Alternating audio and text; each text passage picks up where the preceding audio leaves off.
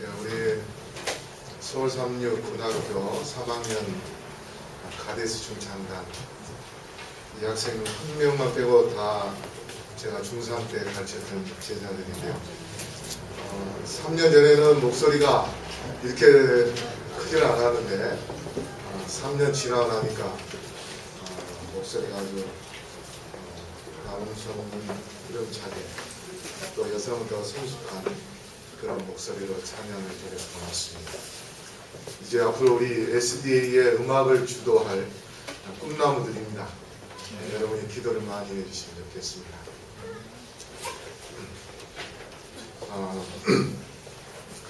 제가 눈이 많이 올 때 보니까 아침에 저희 바로 앞에 그 도로에서 차가 3중 충돌이 일어나서 그 네카차로 끌고 가는 그런 모습들을 보고 또 중간중간에 사고가 자주 나는 것을 보았습니다. 눈이 많이 오는데요. 여러분이 늘 안전하시고 또 건강 조심하셔서 강건한 삶을 살았으면 좋겠습니다. 오늘 여러분에게 드리고 싶은 말씀의 제목은 지난 2주 동안 계속 첫째 천사, 둘째 천사 기별에 대해서 말씀을 드리고 오늘은 셋째 천사의 기별에 대하여 말씀을 드리려고 합니다. 먼저 우리 셋 천사의 기별을 잠깐 본다면 첫째 천사 기별은 하나님께 영광 돌려라 라는 그런 말씀이고 그 다음에 둘째 천사의 기별은 바벨론 성에서 나와라.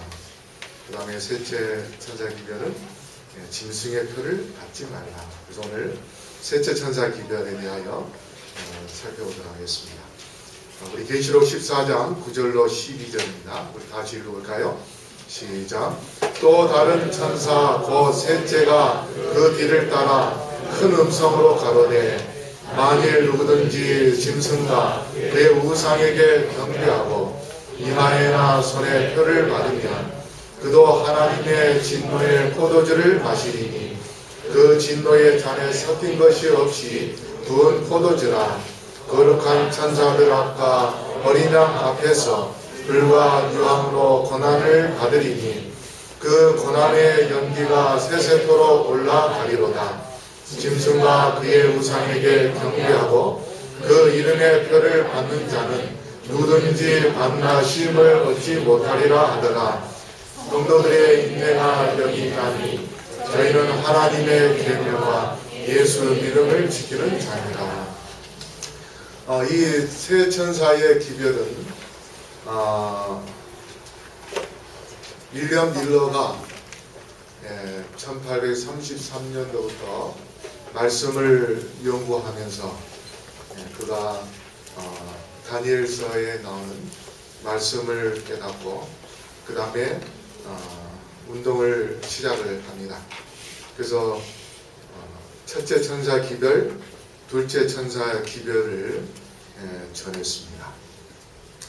그렇게 해서 재림 운동이 있었지만 1844년 10월 22일 날 예수님이 재림한다고 계산을 해서 그날 오실 것을 기대하고 윌리엄 밀러 농장에 가보면 바위, 승천 바위가 있어요. 그 승천 바위는 오돌돌돌하게 되어 있습니다. 제가 2003년도에 거기 한번 가본 적이 있는데 거기에 모여서 예수님의 재림을 기다렸지만 예수님이 오시지 않았습니다. 그래서 거기에서 기다렸던 사람들이 다 실망해서 떠나갑니다. 그런데 그 실망의 원인은 사실 성서에 대한 이해 부족으로 생긴 것이었습니다. 왜냐하면 예수님이 성소에서 지성소로 들어가는 것인데 2300주야까지 그제야 끝이 오리라. 근데 그 말씀 전에 성소를 정결케 하겠다. 근데 성소를 정결케 한다는 것이 무슨 의미인가? 그걸 이해를 못했습니다. 그래서 셋째 천사의 기별의 시작은 2300주야가 마칠 때 예수님이 성소 봉사에서 이제 지성소 봉사로 들어가시게 되는데, 파이프인의 초기 문집 253, 254쪽에 보면은 예수께서 1844년 다니엘 8장의 2300주야의 예언이 마칠 때 하늘 지성소에 들어가셨으며, 예수께서 성소의 봉사를 끝내시고 지성소에 들어가셔서 하나님의 율법이 들어있는 언약궤 앞에 서셨을 때 세 번째 기별을 가진 힘센 천사를 세상에 보내셨다. 그래서 셋째 천사의 기별이 언제 시작된가면 바로 예수님께서 지성소에 들어가셔서 언약궤 앞에 섰을 때에 시작이 됩니다. 그래서 1844년 10월 22일을 기점으로 해서 그 전에는 첫째 천사 기별과 둘째 천사 기별을 전하였고, 그 다음에 이제 지성소 안에 들어갔을 때에 셋째 천사의 기별을 전하기 시작한 것입니다. 그럼 우리가 이제 하나하나 좀 살펴본다면, 9절에 보면 또 다른 천사 곧 셋째가 그 뒤를 따라 큰 음성으로 가로되 만일 누구든지 짐승과 그의 우상에게 경배하고 이마에나 손에 표를 받으면 했습니다. 자, 짐승은 어디에 나오냐면 계시록 13장에 나옵니다. 계시록 13장의 짐승에 대해서 첫째 짐승과 둘째 짐승이 나오는데, 첫째 짐승은 다니엘서에 나오는 짐승의 복합 짐승이고, 두 번째 짐승은 양이 나오는데 두 뿔을 가진 그러한 양이 나옵니다. 그런데 그 짐승에게 경배하는 그러한 사람들, 그래서 이마에나 손에 표를 받는 것에 대하여 말씀을 하시는데, 그래서 짐승의 표를 받는 자는 하나님께서 심판을 하시겠다, 그렇게 말씀을 하셨는데, 그러면 짐승의 표가 무엇이며 또 이마와 손에 표를 받는 것이 무엇인가? 이 짐승의 표는 계시록 7장에 보면 하나님의 인에 대해서 나옵니다. 그래서 인치는 사업을 천사가 하고 있는 14만 4천명에게 인치는 사업을 하는데, 바로 그 하나님의 인의 모조품이 바로 짐승의 표입니다.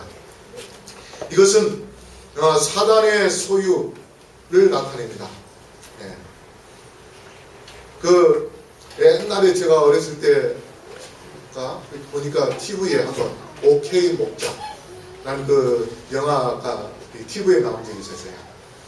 근데 여러 목장이 있는데 보통 한 목장에는 소가 뭐 몇천 마리씩 그렇게 있습니다. 그래서 A 목장, B 목장, C 목장 뭐 이런 목장들이 이제 풀을 찾아서 모이다 보면 짐승들이 서로 섞어버립니다. 그럼 어떤 게 내 건지 자기가 남의 건지 구별이 안 돼요. 그래서 엉덩이에다 뭘 찍습니까? 화인을 찍습니다. 도장을 딱 찍어요.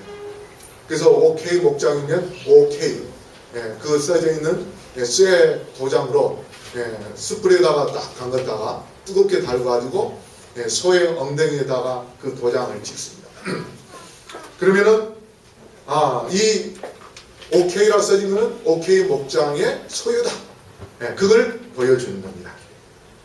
그래서 하나님의 이는 우리의 이마에다가 찍는데 그 쇠 도장 같은 것을 찍는가? 그거는 아닙니다. 그건 아니고 우리의 생각과 우리의 마음, 우리의 행동이 온전히 하나님의 품성으로 이루어지는 그러한 완제품. 완제품이라 하긴 좀 그러긴 한데, 근데 품상 품자가 뭡니까? 물건 품자입니다. 그래서 우리가 품성, 성품, 이것은 어떤 의미에서 보면 어떤 공장에서 흠이 없는 그런 완전한 그러한 물건으로 나오는 것처럼 우리가 하나님의 품성을 완전히 회복시키는 것, 그것이 바로 품성입니다. 바로 그렇게 할 때에 하나님께서 완제품에다가 도장을 찍는 것처럼 그렇게 하나님의 인을 찍습니다. 내 것이다.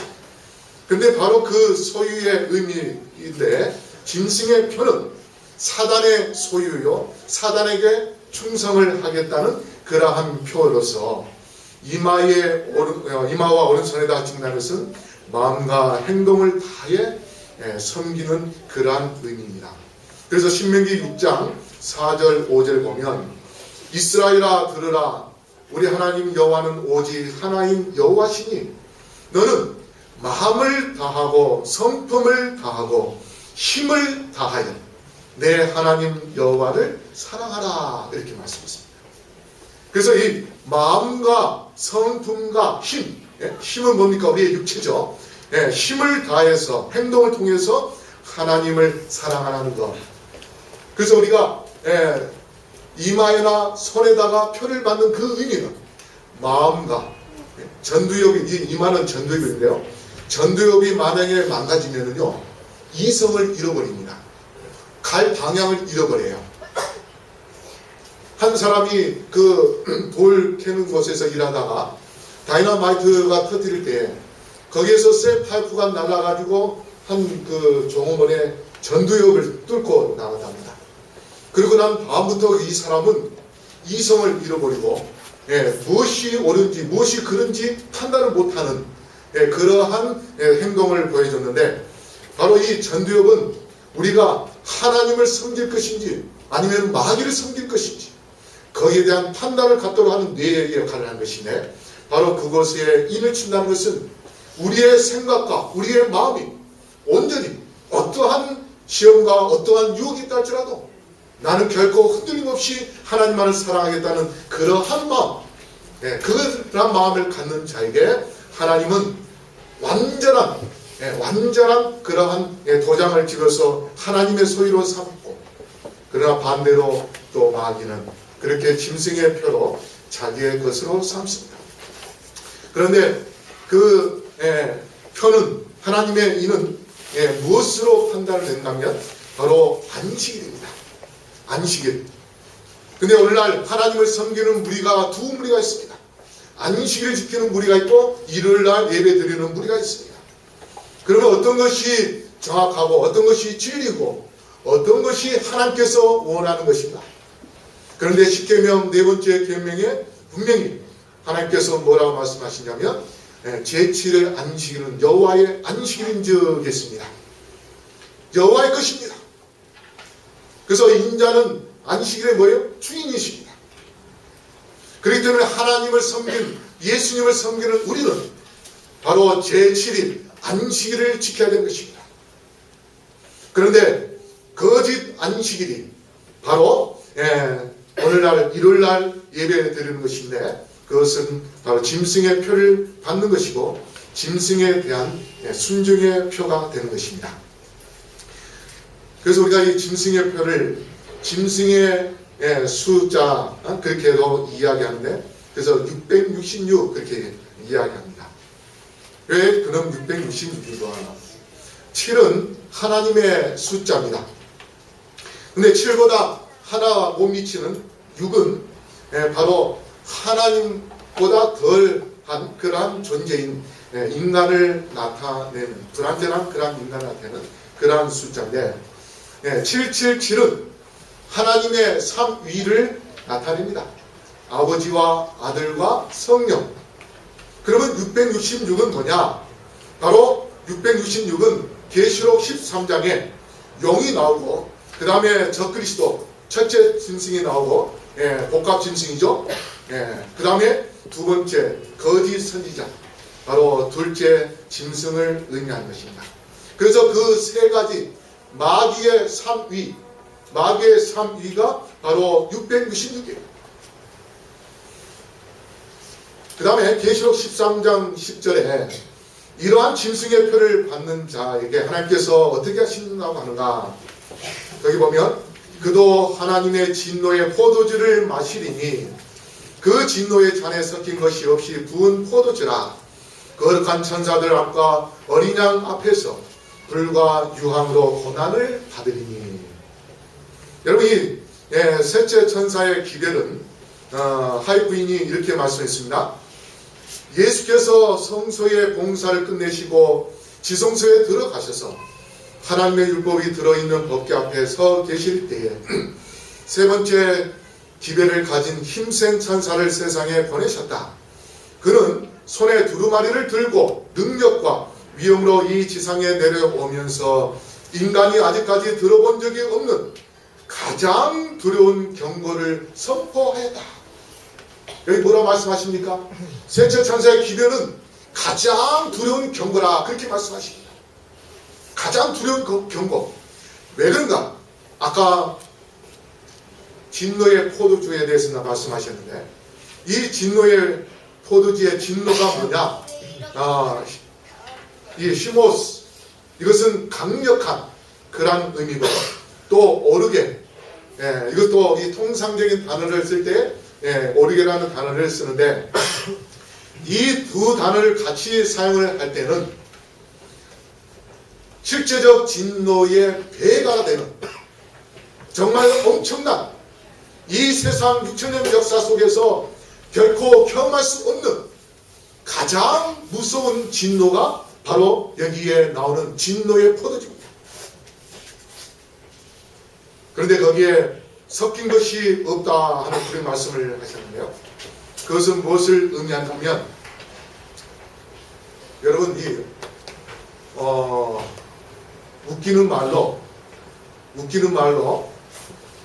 김일성이가 남한에 침투하지 못한 이유가 여러 가지가 있는데 그 중에 한 가지가 뭐냐면 각 술집마다 폭탄이 있다.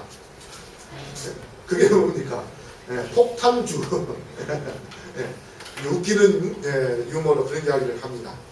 근데 이 폭탄주가 왜 그러냐면 이 술을 섞기 때문에 굉장히 강한 그러한 술이 된다.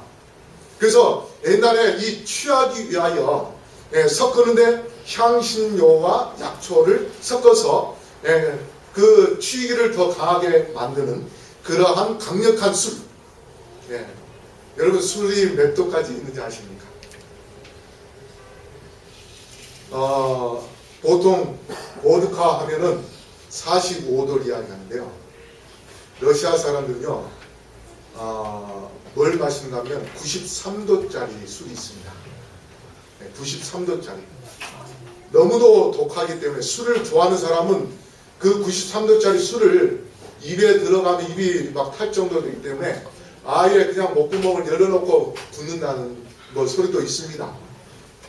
그렇게 독한 술이 있는데 모르겠습니다. 그 정도 독한 술이 될지는 모르겠는데 옛날에는 향신료와 약초를 그렇게 섞기는 했고 그 다음에 술이 너무 독하면 이걸 또 희석시키기 위하여 거기다가 물을 넣는 것인데 최후의 진노는 자비가 섞이지 않는 대진노를 의미하는 것입니다.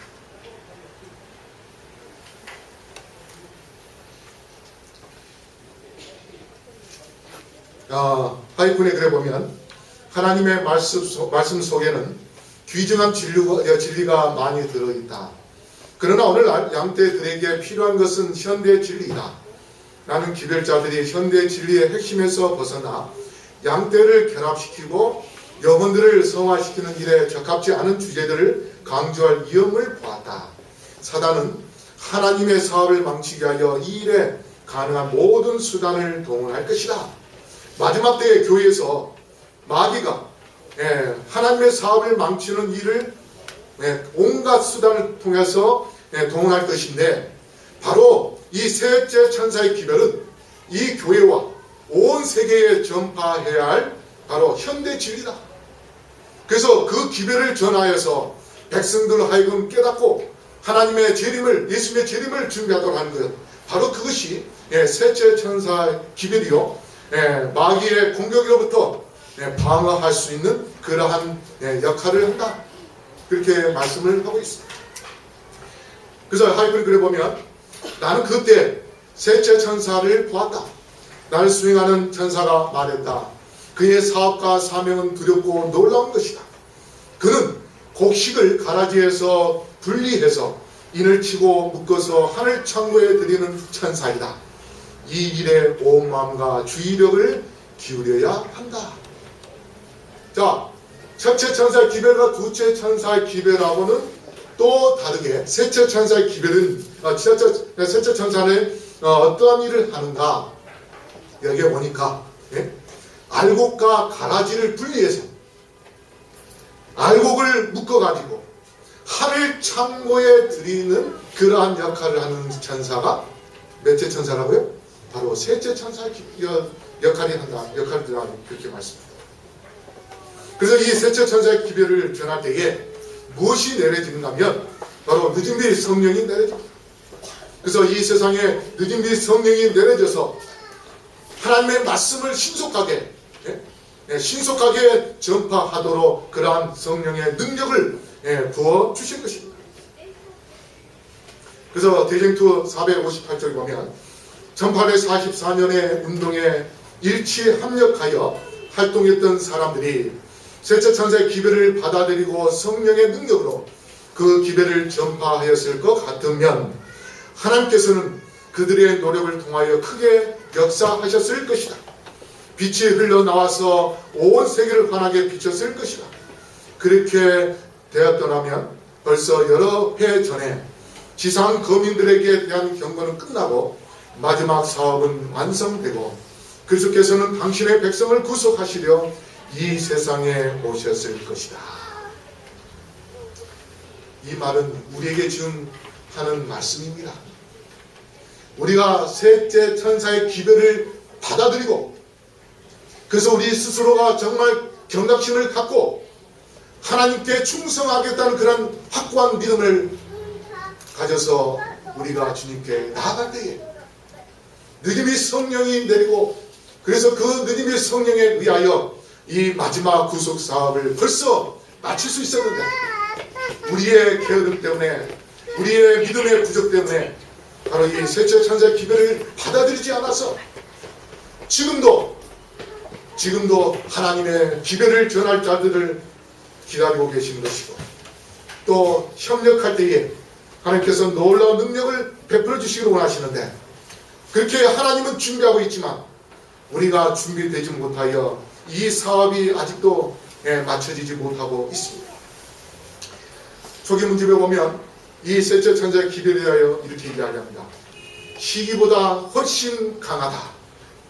그 다음에 가래봄 기별 1권 118절 보면 볏집단에 붙은 불처럼 먼저 나간다. 셋째 천사의 기별을 받아들일 때 그랬습니다. 그 다음에 교회증언 5권 754쪽에 빛의 속도로 사업이 진행된다. 우리가 믿음을 갖고 이 기별을 받아들일 때에는 정말 빛의 속도로 전파될 것이라고 말씀하십니다. 그 다음에 자기 몸에 불이 붙은 것처럼 전해진다. 그리고 이 기별은 하늘 보호자에서 직접 보내신 기별이다.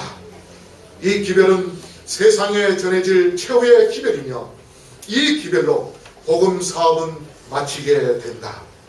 그러나 성경상 이 진리를 아는 사람은 100명 가운데 한 명도 없다. 여러분, 우리가 이 셋째 천사의 기별을 정말 깊이 명상하고 그 말씀을 받아들이는 그러한 마음을 갖는다면 우리는 이 셋째 천사 기별을 통해서 느낌의 성령을 받게 될 것이고 우리가 하나님의 놀라운 구속 사업을 이룰 수 있는 그러한 한 천사의 역할을 하게 될 것입니다. 그 다음에 계시록 14장 10절 그 뒤에 어린 양 앞에서 이 어린 양에 대하여 언급을 하는데요. 이것은 계시록 7장 14절에 내가 가로되 내 주여 당신이 알리다 하니 그가 나더러 이르되 이는 큰 환란에서 나오는 자들인데 어린 양의 피에 그 옷을 씻어 희게 하였느니라. 우리의 죄를 희게 해주시는 그 어린 양 되시는 예수님, 바로 그 예수님의 피를 의지하고 우리가 하나님의 보좌에 나아갈 때에 하나님께서 우리의 죄를 용서해 주시고 우리의 품성을 온전한 품성으로 변화시켜 주실 것이고 그래서 우리가 그런 변화된 품성을 갖고 하나님의 능력을 의지하여 나아갈 때에 우리는 하나님의 놀라운 마지막 사업을 마칠 수 있는 그러한 존재가 될 것입니다. 그래서 이 기별을 받을 때에 우리가 어떠한 또 경험을 하게 될 것인가. 이 셋째 천사의 기별은 사실 믿음으로 말미암는 의가 들어있습니다. 아까 말씀드린 것처럼 어린 양 앞에, 바로 어린 양 앞이란 그 말씀은 우리가 어린 양 앞에 설 수 있는 그러한 존재. 그래서 어린 양 앞에 서는 자는 구원을 받을 자가 서는 것과 또 어린 양 앞에 서는 자 중에는 구원받지 못할 자, 심판받을 자가 두 무리가 있습니다.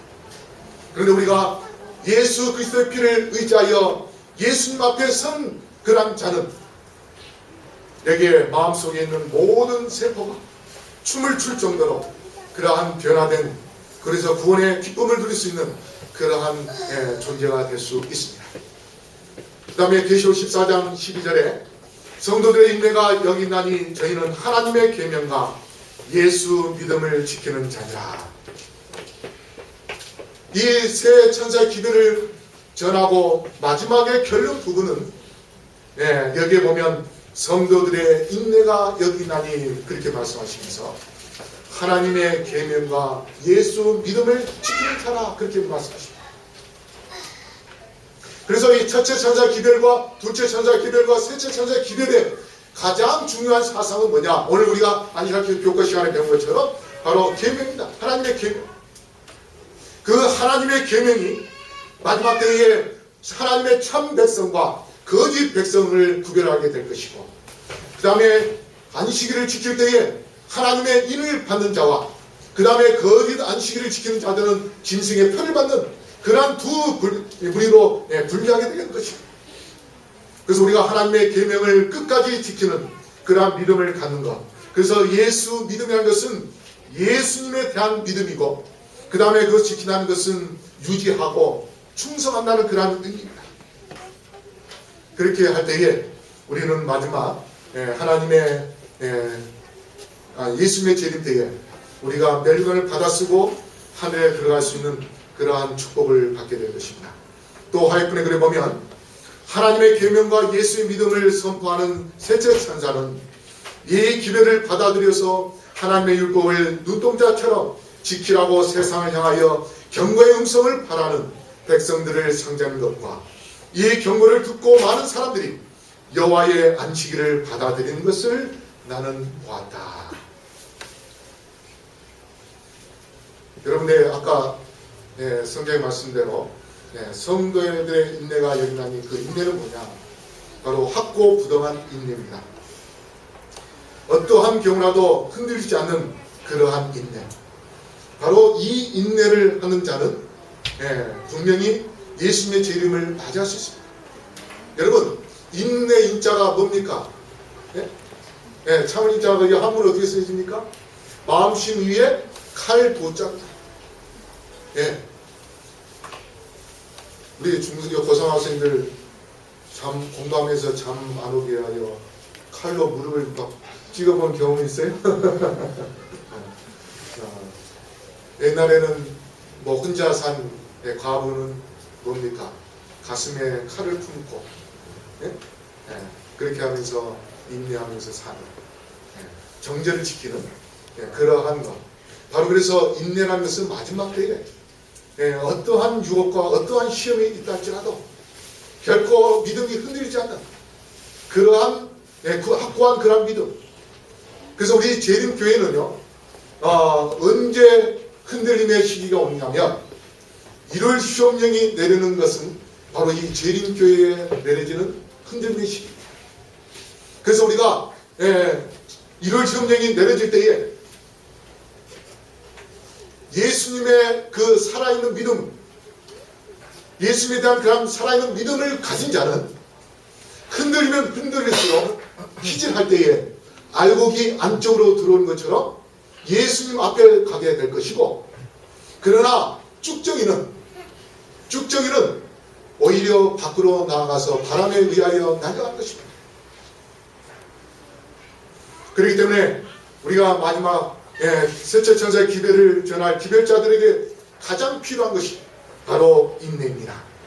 그렇게 할 때에 곡식으로 이제 거둬들임을 받게 될 것인데, 계시록 14장 16절에 마지막 부분에 두 가지 곡식에 대해서 나옵니다. 거둬들이는 열매가 나오는데 첫 번째는 곡식이요, 두 번째는 포도입니다. 곡식은 하늘 곳간에 들어가게 될 것이고, 그 다음에 포도는 이제 포도즙 틀에 밟혀 저주를, 심판을 받는 그러한 존재가 되는데, 구원받을 곡식은 여기 보면 구름 위에 앉으신 이가 낫을 땅에 휘두르며 곡식이 거두어질 것이다. 근데 그 곡식을 거두어서 셋째 천사가 기대해야 돼. 그 셋째 천사가 바로 하늘 창고에 드릴 그러한 자들을 인치고 그렇게 해서 하늘로 데려가게 될 것인데, 우리가 그 셋째 천사에 의하여 하늘 창고에 들어간 그러한 존재가 되기 위해서는 우리가 어떻게 해야 될까? 며칠 전에 저에게 이메일로 누가 글을 보내줬더라고요.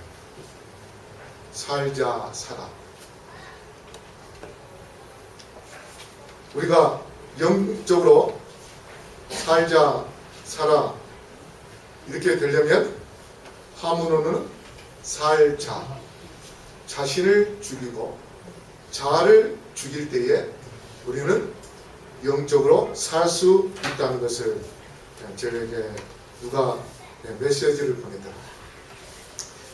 우리가 그렇게 해서 하늘 곳간에 들어지게 될 때에, 마지막 때에 살아서 예수님의 재림을 맞이하게 될 때에, 계시록 14장 앞에 3절에 저희가 보좌와 내 생물과 장로들 앞에서 새 노래를 부르니 땅에서 구속함을 얻은 14만 4천 밖에는 능히 이 노래를 배울 자가 없더라.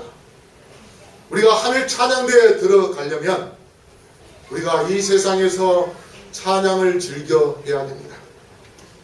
때로는 우리 찬양대 이렇게 하다 보면 나는 노래 못한다고 빠지는 사람들이 있어요. 나는 음치라고. 그런데 하나님을 노래하면은요, 음치가 성령에 의하여 음을 다스리는 사람이 될 수 있습니다. 왜 그런가? 대쟁투 645쪽에 모든 사람의 손에는 승리의 종려 가지와 빛나는 거무거가 쥐어진다.